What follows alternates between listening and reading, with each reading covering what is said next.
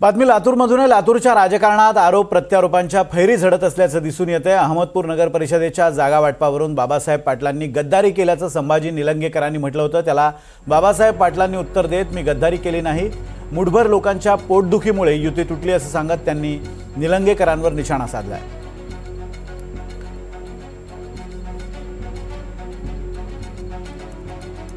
त्यांनी आपल्या कार्यकर्त्यांची अपमान करण्याचं काम त्या भागातल्या नेत्यांनी केलं। आम्हाला वाईट वाटलं। सरकार युतीचं आहे, महायुतीचं सरकार आहे आणि युतीचं सरकार आल्यानंतर एखादा मंत्री त्या पदावर बसल्यानंतर आम्ही आवर्जून म्हणतो, आम्ही जसं बनसोडे साहेबांचं अभिनंदन केलं, ज्या पद्धतीने अहमदपूरमध्ये भारतीय जनता पार्टीच्या कार्यकर्त्यांची त्या ठिकाणी अपमान करण्याचं काम केलं, एका दिवसात आपल्याला आश्चर्य वाटत।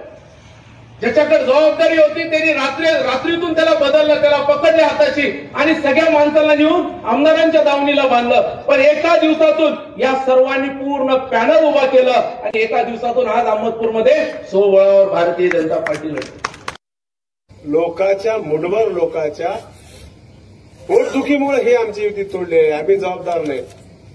बोलले संभाजी भैयाने काय बोलले, मला एवढंच भैयाला उत्तर द्यायचं आहे की भैया तुम्ही तपासून बघा, फॅक्ट बघा आणि मला बोला।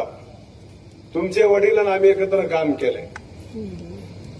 तुम्ही म्हणलात बाबासाहेब पाटील गद्दार आहे, मी बिलकुल गद्दार नाही। जनतेत मी न्याय द्यायला तयार आहे, परमेश्वराकडे देखील न्याय आहे। मी 8 जागा दिल्या होत्या, रेकॉर्ड आहे माझ्याकडं। वार्ड क्रमांक 3 मध्ये मुस्लिम समाज जास्त आहे, तिथे तुम्हाला उमेदवारी जमणार नाही, आपला माणूस निवडून येत नाही।